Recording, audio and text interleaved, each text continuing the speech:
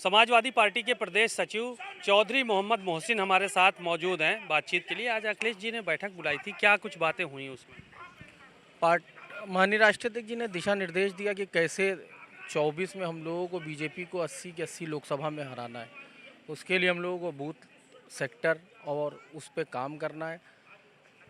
बाकी दिशा निर्देश दिए कि कैसे चुनाव जीतना है, कैसे इनको रोकना है, कैसे इनको हराना है। और जो 3 राज्यों के चुनाव में उससे किसी को निराश नहीं होना है, क्योंकि सबको पता चल रहा था कि हम ही लोग जीत रहे हैं। सबको पता चल रहा था कांग्रेस जीत रही, जैसे 2022 में था। किसी से भी आप पूछ लीजिए तो वो ये कह रहा था कि समाजवादी पार्टी की सरकार बन रही। मगर क्या रिजल्ट आया, क्या आया?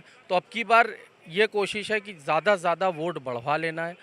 जो फर्जी वोटर हैं, जो भारतीय जनता पार्टी ने फर्जी वोटर बनवाए, उनको उनका नाम वोटर लिस्ट से कटवाना है। बस उसी के आधार पर हम लोगों को चुनाव में उतरना है।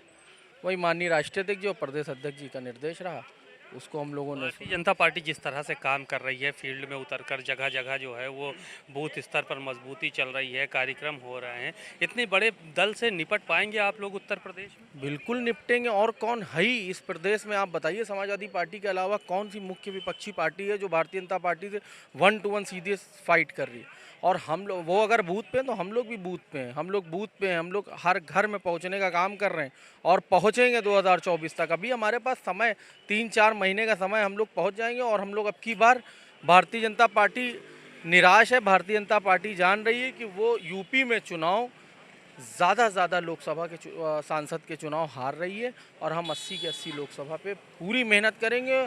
और पूरा यकीन है, हमारे राष्ट्रीय नेतृत्व पर हम लोग को यकीन है कि हम लोग भारतीय जनता पार्टी को 80 की 80 लोकसभा सीट हरा के भेजेंगे यहाँ से। शुक्रिया। चौधरी मोहम्मद मोहसिन साहब हैं, सचिव हैं प्रदेश में। उन्होंने कहा कि अब की 80 सीटें हराने का लक्ष्य हम लोगों ने रखा है और हम लोग हरा कर ही मानेंगे।